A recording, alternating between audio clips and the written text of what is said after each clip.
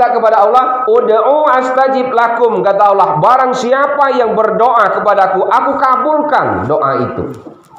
Karena Allah akan mengabulkan doa seorang hamba sesuai dengan prasangka hatinya. Jadi mintalah Pak kalau kita berdoa, ya Allah, wafatkan kami dalam keadaan sedang puasa, wafatkan kami dalam keadaan sedang sholat, dalam keadaan haji, dalam keadaan umroh, atau dalam keadaan beribadah kepada Allah, supaya kita meninggal dalam keadaan husnul khatimah. Assalamualaikum warahmatullahi wabarakatuh.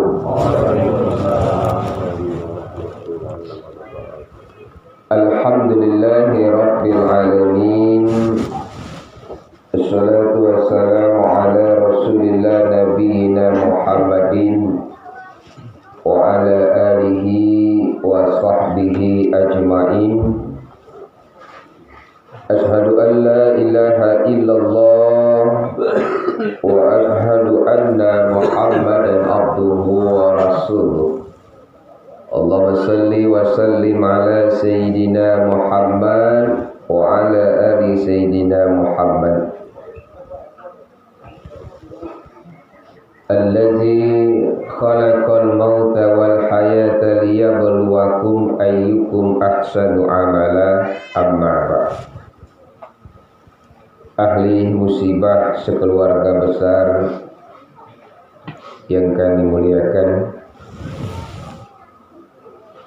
Bapak Kepala Desa beserta seluruh perangkat yang insyaallah hadir yang kami hormati, tokoh agama, tokoh masyarakat, tokoh manisan yang hadir yang kami hormati, dan semua jamaah takziah malam ini hari ketiga dan juga hari ketujuh.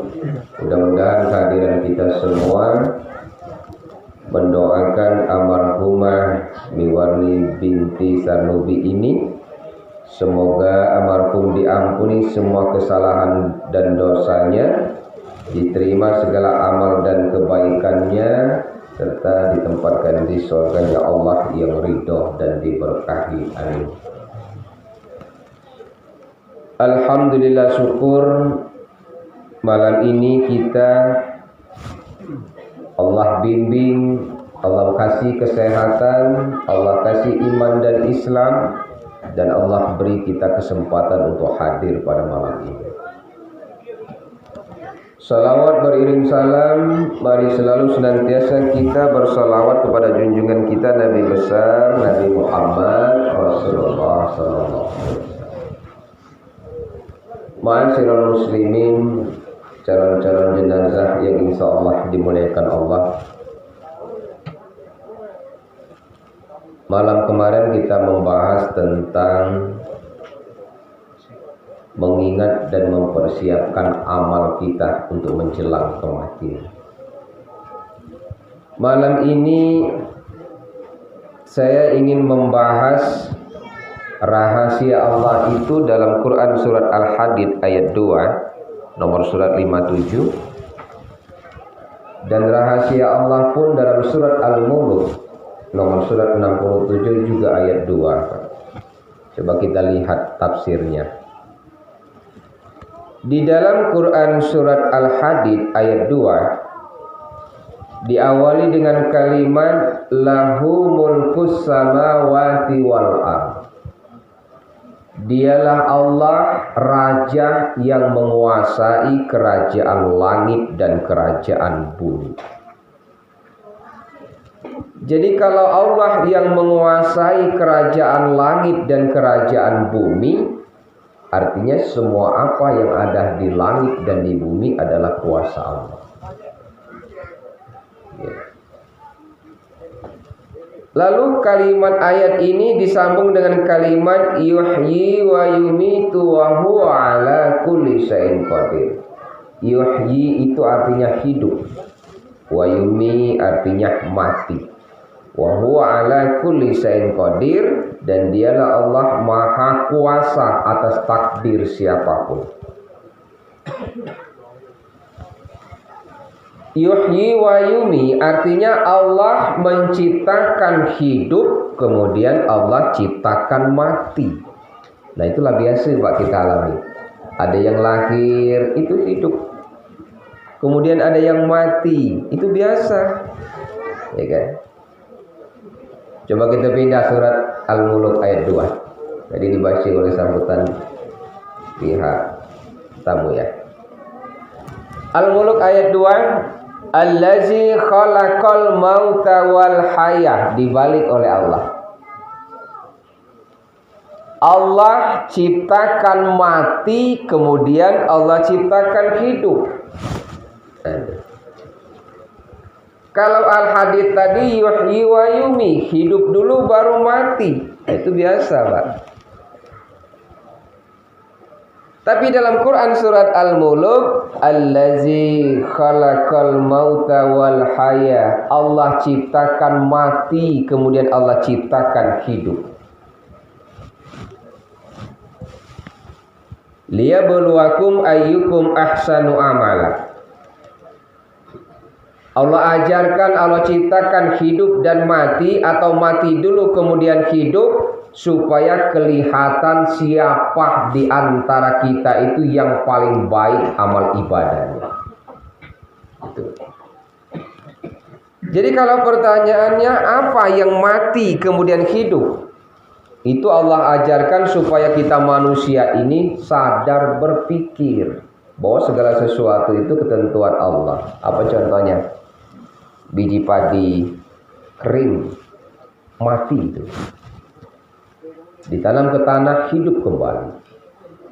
Biji padi, biji-bijian, biji cabai, biji kacang, semuanya kering, mati.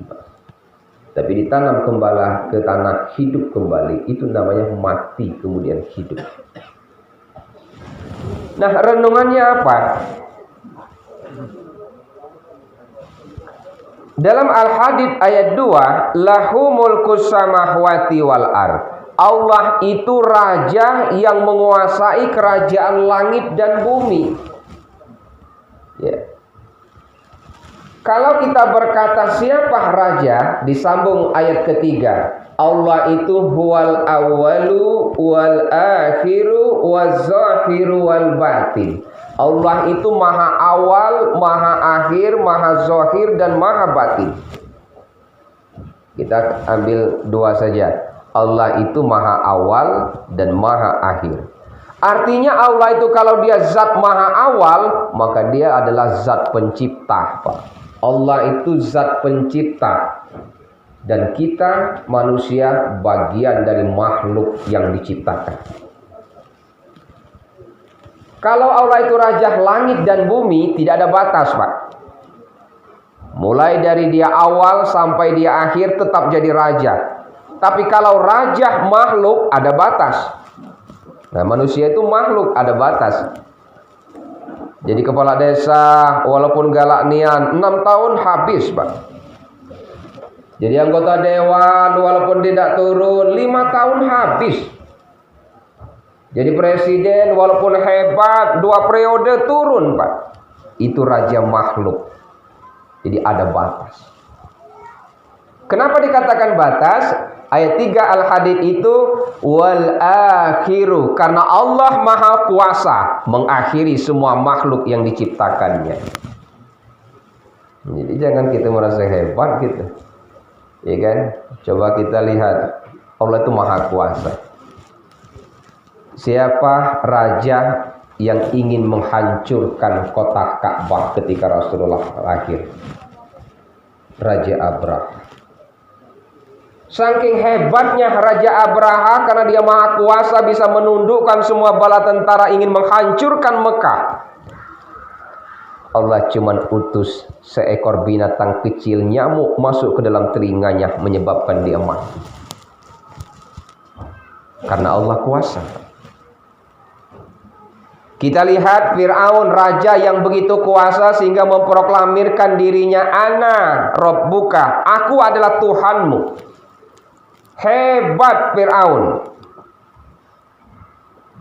dikejar Nabi Musa alaihissalam sehingga terbelah laut, diselamatkan oleh Allah Nabi Musa. Ketika Nabi Musa alaihissalam di usia yang kecil, dia ditemukan bahasa kitanya di dalam baskom, di atas sungai, di atas semua kelemahan, tapi Musa tidak tenggelam.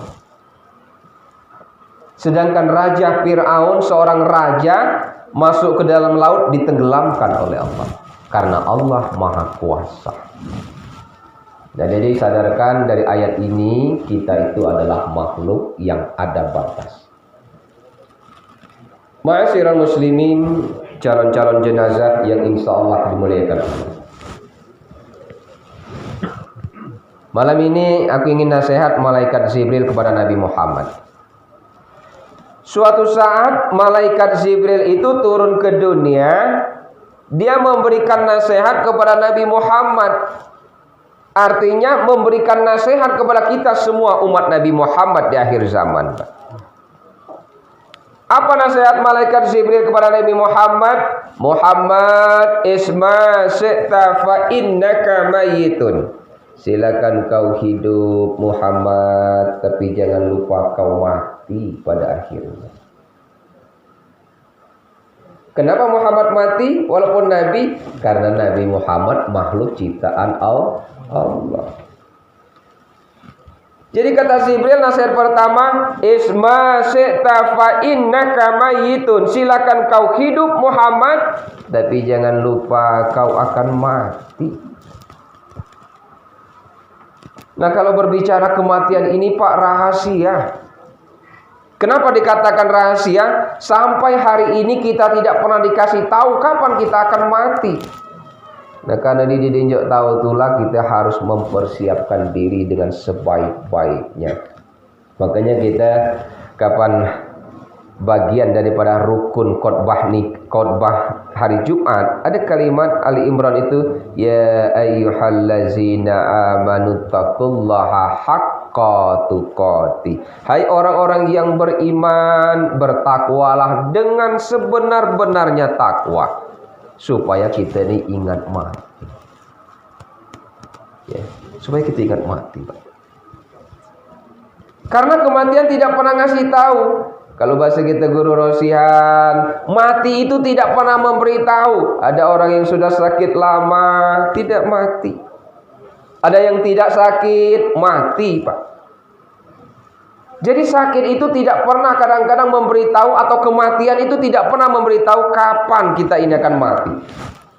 Makanya malam kemarin kau omongkan seorang penyair Arab, Imam Syauqi, dia dalam mahfuzat Arabnya memberikan nasihat seperti ini. Tazawwad bitaqwa fa innaka la tadri iza hanal lailu hal ta'isu ilal fajr kam min sahihin mata khairi illatin wa kam min alilin asyafi minad dahr. Persiapkan diri kamu dengan iman, dengan amal yang takwa sebanyak mungkin. Kalau kalian pulang dari sini tidur malam ini, kata Imam Syauqi, siapa yang bisa jamin besok pagi kita bangun? Siapa yang bisa jamin? Ya. Karena kematian itu tidak pernah memberitahu kita, Pak. Lantaran tidak pernah dikasih tahu, inilah kita harus sadar dan mempersiapkan diri kapan kematian itu datang. Makanya kata Jibril, Muhammad, isma syi'ta fa innaka mayitun. Silakan kau hidup Muhammad, tapi jangan lupa kau akan mati. Kita ini akan mati. Dan kematian itu bisa kita pinta, diajarkan oleh Rasulullah. Makanya kita selalu berdoa, ya Allah biha, ya Allah biha, ya Allah bihusnil khatimah. Ya Allah, wafatkan kami dalam keadaan yang baik. Amalkan, berdoa kepada Allah. Bagaimana kita meninggal dengan cara yang baik? Minta doa kepada Allah.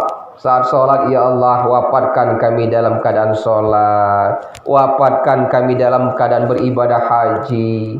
Wafatkan kami dalam keadaan ibadah berpuasa. Wafatkan kami dalam keadaan berwudu. Bisa dan boleh dianjurkan kita untuk meminta kematian kita. Jangan berdoa, ya Allah wafatkan kami dalam keadaan husnul khotimah. Kasih keterangan, minta dengan Allah. Ya. Kenapa kita minta kepada Allah? Ud'u astajib lakum, kata Allah. Barang siapa yang berdoa kepadaku, aku kabulkan doa itu. Karena Allah akan mengabulkan doa seorang hamba sesuai dengan prasangka hatinya. Jadi mintalah Pak kalau kita berdoa. Ya Allah, wafatkan kami dalam keadaan sedang puasa.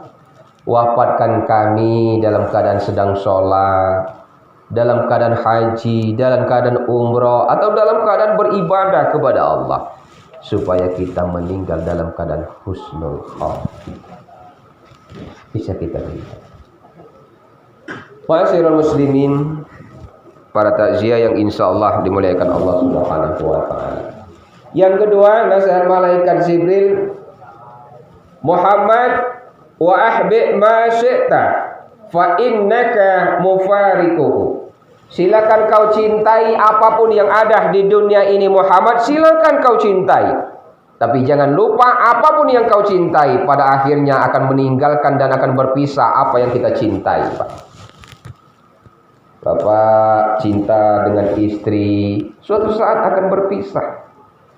Kita cinta dengan anak, suatu saat akan berpisah. Kita cinta dan sayang dengan harta benda yang kita kumpulkan semasa hidup, semuanya nanti akan berpisah, Pak. Makanya Al-Hadid ayat 21 yang sering saya sampaikan. Di sana Allah jelaskan, ma asabah mim musibatin fil ardi, apapun bencana musibah yang terjadi di bumi, wala fi anfusikum, dan apapun musibah yang menimpa manusia, illa fi kitab, telah ditakdirkan di dalam kitab oleh Allah. Min qabli an nabra'aha. Jadi takdir kita itu Pak telah Allah tentukan sebelum kita lahir ke dunia. Makanya di dalam hadis ketika bayi lahir ya, lalu nangis. Ya kan? Ketika bayi lahir sudah dibersihkan, lalu bayi itu menangis. Ketika bayi itu usai menangis, dia melakukan perjanjian kepada Allah. Takdirnya telah Allah tentukan. Ya. Jadi takdir kita itu telah Allah tentukan. Kita hidup ini cuma tinggal menjalani, Pak. Nah sekarang aku nak nanya, mati itu musibah bukan? Musibah bukan mati? Ya, musibah bukan, Pak? Kita selalu ahli musibah, ya kan? Sekarang kita luruskan, haluskan. Kalau adanya kematian kita anggap musibah, lalu pertanyaannya siapa yang disalahkan? Malaikat Israel, Allah yang kita salahkan? Kira-kira itu kan? Padahal kita sudah jelas, begitu ada orang yang meninggal, qalu inna lillahi wa inna ilaihi raji'un. Coba kita tafsirkan ayatnya. Qalu, Allah berkata, inna lillahi wa inna ilaihi raji'un. Segala sesuatu yang Allah hadirkan dan akan kembali kepada Allah. Artinya kita ini titipan, Pak.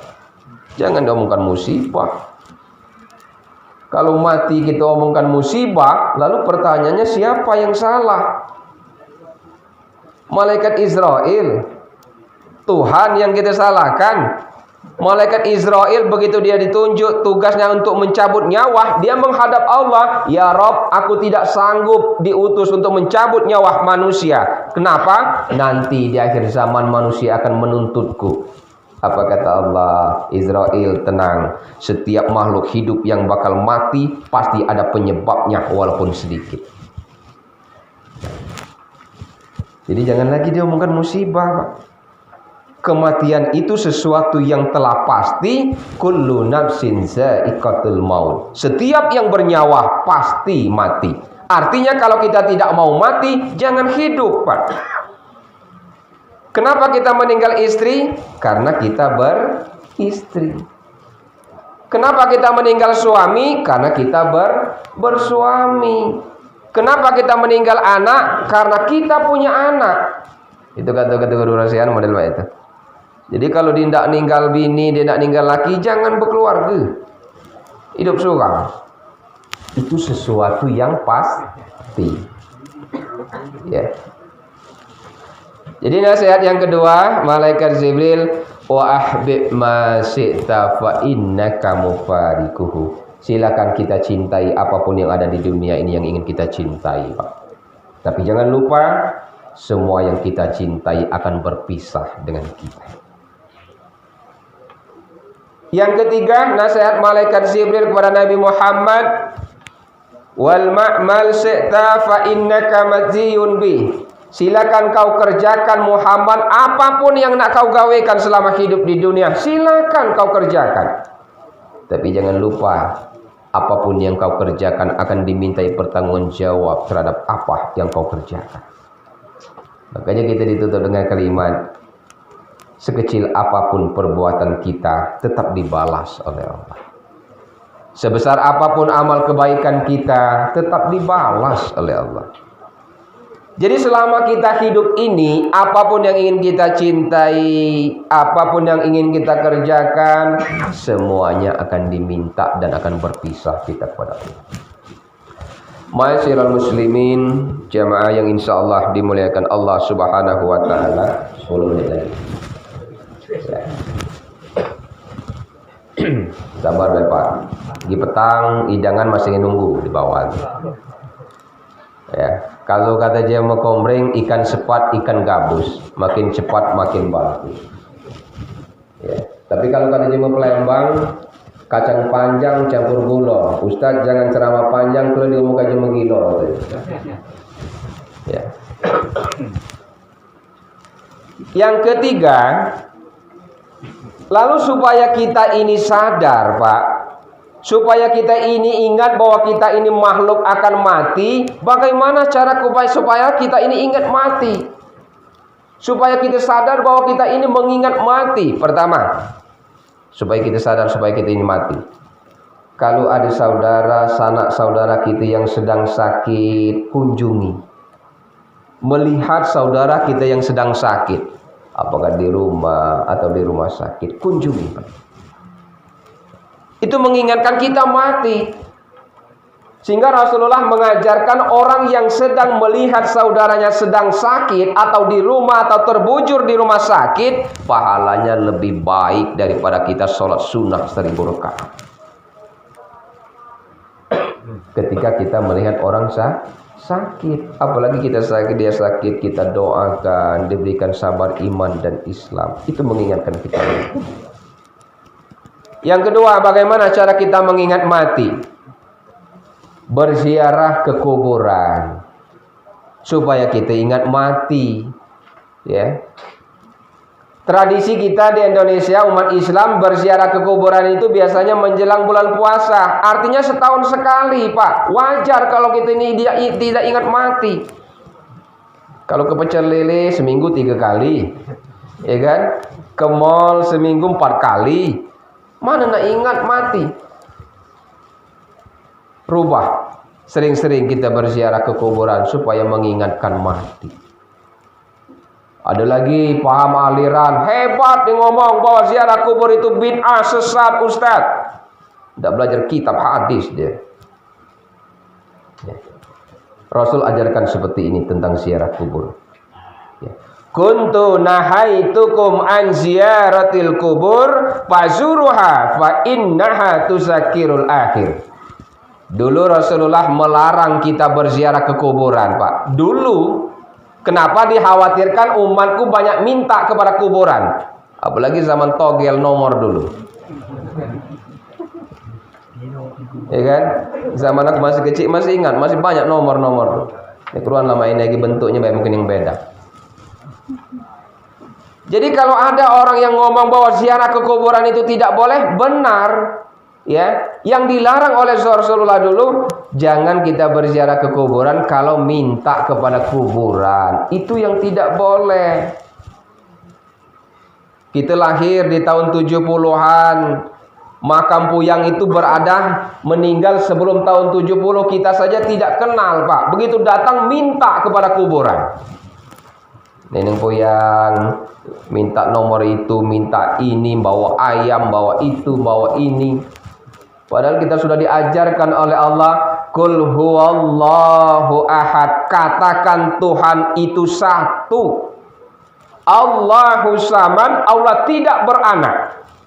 Lam yalid wa lam yulad, tidak beranak dan tidak diperanakkan. Sudah jelas di situ. Masih nak cari Tuhan selain daripada Allah. Mata kambing, mata ayam ke tempat besar. Manjo kaki tanggisang itu dari. Masih ada Tuhan lain selain daripada Tuhan Allah. Kita diajarkan qul huwallahu ahad, katakan Tuhan itu esa. Esa itu artinya satu. Allahu samad, Allah itu satu. Lam yalid wa lam yulad wa lam yakul lahu kufuwan ahad. Tuhan itu tidak beranak dan tidak pernah diperanakkan, Pak. Kenapa ayat qul huwallahu ahad itu dikatakan Allah itu esa? Esa itu artinya tidak ada anak, tidak ada Tuhan selain daripada Allah. Ya. Ma'asyiral muslimin, jamaah calon-calon jenazah yang insyaallah dimuliakan. Ya. Itu mengingat mati, berziarah ke kuburan. Nah, kita berziarah ke kuburan ini, kata Nabi, fazuruha fa innaha tuzakirul akhir. Boleh kita sering-sering ziarah ke kuburan supaya kita ingat kita ini mati. Supaya kita ingat kita ini mati, Pak. Biar kamu besar, tinggi, ganteng, bupati, pernah jadi dewan, pernah jadi apa, kapan sudah masuk ke liang lahat tidak ada gunanya. Begitu dimasukkan ke liang lahat, orang yang masih hidup cuma mengantar bismillah wa ala millati rasulillah, masuk ke sana, Pak. Walaupun banyak harta benda hidup di dunia, dilapisi mayat kita tadi dengan kain tikar purun, diturunkan masuk ke tanah, diangkat, dibatak balik lagi tikar purun tadi. Dia kita batak. Bini impor besar tinggi ala putih tinggal, Pak. Apalagi masih muda, lebih dari 40 lagi, berpikir di cakap lanang lain. Ya, apalagi kalau dia lanang. Itu renungan kita hidup. Ya. Jadi mati itu kuasa Allah. Dan kita tidak pernah tahu kapan kita mati. Coba kita lihat. Bung Karno, begitu hebatnya Soekarno. Lahir pada tahun 1901, meninggal tahun 70-an. Hebat Soekarno, lebih kurang 32 tahun berkuasa di negeri ini. Pada akhirnya mati. Berpindah ke Presiden Soeharto, lengser pada tahun 98. Kenapa? Pada akhirnya mati. Tidak ada yang dibawa. Dulu kita kenal pemimpin kita di Pagar Alam, Pak Jazuli Kuris, 2 periode hebat memimpin kota Pagar Alam. Tapi sekarang tinggal nama. Ya. Wakil wali kota kita di Pagar Alam masih muda, Pak. Kurang lebih setengah tahun atau mungkin 1 tahun yang lalu. Jam model ini lagi main tenis di Palembang. Ya kan, olahraga jam model ini. Tiba-tiba jam 9 lewat, istirahat, sakit dada. Jam 11 meninggal. Masih muda. Nah, itu renungan kita yang masih hidup. Jadi mati itu tidak pernah dikasih tahu. Makanya kata Pak Zainuddin, bisa jadi Bapak duluan, kami belakangan. Atau kami belakangan, Bapak duluan. Itu mengingat mati, berziarah ke kubur. Nah, hidup kita ini, Pak, jangan dipikirkan kalau kita mati semuanya setelah habis urusan. Tidak, alam kubur itu adalah alam yang ketiga. Apa alam yang ketiga ini? Banyak dosa-dosa kecil yang disiksa di alam kubur. Apa contohnya dosa-dosa kecil? Kalau kemilat tuh masih tegak di debu baso, nah, itu dosa-dosa kecil, Pak. Ya kan? Kita berdoa syarat kepada Allah itu suci lahir dan batin, minimal kita badan bersih, pakaian bersih, berdoa kepada Allah supaya doa diijabah. Pertanyaannya, tadi dari rumah ke sini siapa yang ambil air wudhu? Atau jangan-jangan di jalan kencing sambil berdiri, geleng-geleng la ilaha illallah astagfirullah, duduk di sini. Aku didenyin dia mengingatkan bayar itu. Ya. Jadi itu tentang berziarah ke kubur. Pernah ketika Rasulullah bersama sahabat di sekitar kebun kurma, dia naik kuda, tiba-tiba kuda Rasulullah tadi berhenti, ketakutan. Ketika Rasulullah naik kuda, kudanya berhenti ketakutan. Sahabat bertanya, "Ya Rasul, kenapa berhenti?" Apa jawab Nabi? "Di kebun ini ada 3 kuburan." Kata Nabi. Lalu apa ya Rasulullah? "Andaikan kau sahabat bisa mendengar penghuni kubur itu dalam keadaan tersiksa seperti apa yang aku dengar, maka kalian akan pingsan," kata Rasulullah. Hebatnya siksa kubur ini. Lalu Rasulullah perintahkan sahabat ambil pulpa kurma yang masih basah, ditancapkan di kuburan. Ditancapkan di kuburan. Untuk apa ya Rasulullah ditancapkan pulpa kurma ini? Apa kata Nabi? Sepanjang pulpa kurma ini masih basah, maka dia berzikir memohon ampun kepada Allah penghuni kubur dalam keadaan diringankan dosanya. Pulpa kurma berzikir, apalagi kita yang duduk model ini berzikir, mendoakan mayat sampai Pak. Ini dah Yasin tahlil bid'ah, ustaz sesat. Sedangkan pulpa kurma sampai mendoakan, apalagi kita orang-orang muslim. Nah, aku gambarkan dikit tentang sedikit-sedikit bid'ah itu, Pak, ya. Yasin dan tahlil jangan ditanya hukum, tidak ada, Pak. Yasin dan tahlil itu tradisi. Jangan kita berpikir apabila tidak ada dalam Al-Quran atau diajarkan oleh Nabi itu sesat, Ustadz, salah. Jangan. Al-Baqarah Ali Imran kurang lebih ayat 132 ditutup dengan kalimat wallahu yuhibbul muhsinin. Allah mencintai semua perbuatan-perbuatan yang baik. Yasin ini baik apa tidak? Baik. Isinya baca Quran, baca tahlil, baca tahmid, baca takbir, berdoa. Tidak ada isinya yang main kartu, main judi. Kenapa? Wallahu yuhibbul muhsinin. Allah mencintai semua perbuatan yang baik. Jangan ditanya hukum dalilnya ada, tidak ada, Pak. Jadi yang namanya ibadah itu ada 2. Ada ibadah mahdoh. Ibadah mahdoh itu ibadah yang telah diatur oleh Al-Quran, ditetapkan oleh Allah, ditetapkan oleh Rasul, tidak bisa diganggu. Seperti rukun Islam 5. Itu ibadah mahdoh. Ada ibadah ghairu mahdoh. Ibadah ghairu mahdoh itu ibadah ciptaan manusia, bisa berubah, tidak ditetapkan, bisa ditambahi, bahkan bisa ditiadakan. Itu ibadah sosial masyarakat. Contoh Yasin, itu ibadah sosial masyarakat, bisa berubah karena tidak ditetapkan. Malam ini kita acara nigi langsung nuju lagi karena tidak ditetapkan. Jangan diomongkan bid'ah, sesat. Nah, Ustaz yang ngomong bid'ah dikit-dikit sesat tuh, nah gagi aku dijarai, belajar gini. Aku didenyin dia nyinggung baik nih, Pak. Ya. Intinya Islam itu sederhana. Wallahu yuhibbul muhsinin. Semua apa yang dilakukan bernilai kebaikan, Allah saja cinta, apalagi kita. Tapi kalau semua perbuatan yang berbuat maksiat sehingga menghancurkan umat Islam, maka itu yang harus diperangi. Ya. Jangan kan di dalam Quran, di dalam hadis, di dalam fikih langsung diponis sesat, Ustaz, masuk neraka, dolala. Seolah-olah dia jadi panitia neraka surga, Pak. Ya, jadi itu gambaran. Ma'asyiral muslimin, para takziah yang insyaallah dimuliakan Allah Subhanahu wa taala. Itu saja Bapak yang sempat saya sampaikan pada malam ini. Mohon maaf kalau terlalu panjang. Biasanya itulah. Ini kalau ngomong galak panjang ada kurang waktu kalau galak ngomong nih, Pak ya. Langsung doa aja. Ada yang petugas doa? Ya. Itu saja yang dapat saya sampaikan malam ini. Jadikanlah renungan, Pak. Apa yang baik ambil, apa yang tidak baik tinggalkan. Ya, unsur maqalah la tanzur maqalah. Lihat apa yang dibicarakan, jangan lihat orang yang berbicara. Jadi jangan Bapak lihat saya, tapi lihat apa yang disampaikan supaya dapat ilmu dan pengetahuannya. Ya, ambil lagi.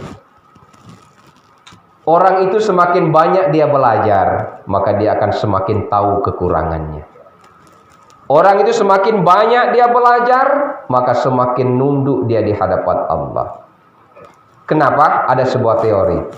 Hari ini setiap pagi kita bikin kopi, lalu beli gorengan 5. Gorengannya beli 5 ekor. Harga Rp1.000 Pak, pempek lah.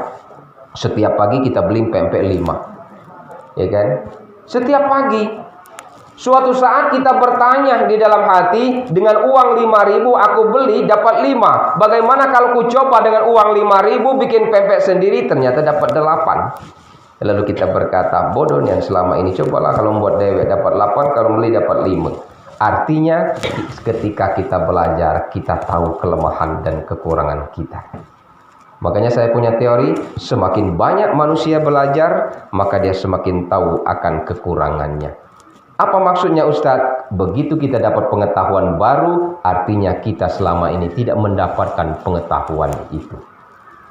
Ma'asyiral muslimin yang insyaallah dimuliakan Allah, semoga Allah mewafatkan kita dalam keadaan husnul khatimah, dan semoga Allah menjaga iman dan Islam kita, diwafatkan dan dikumpulkan kita bersama orang-orang yang soleh.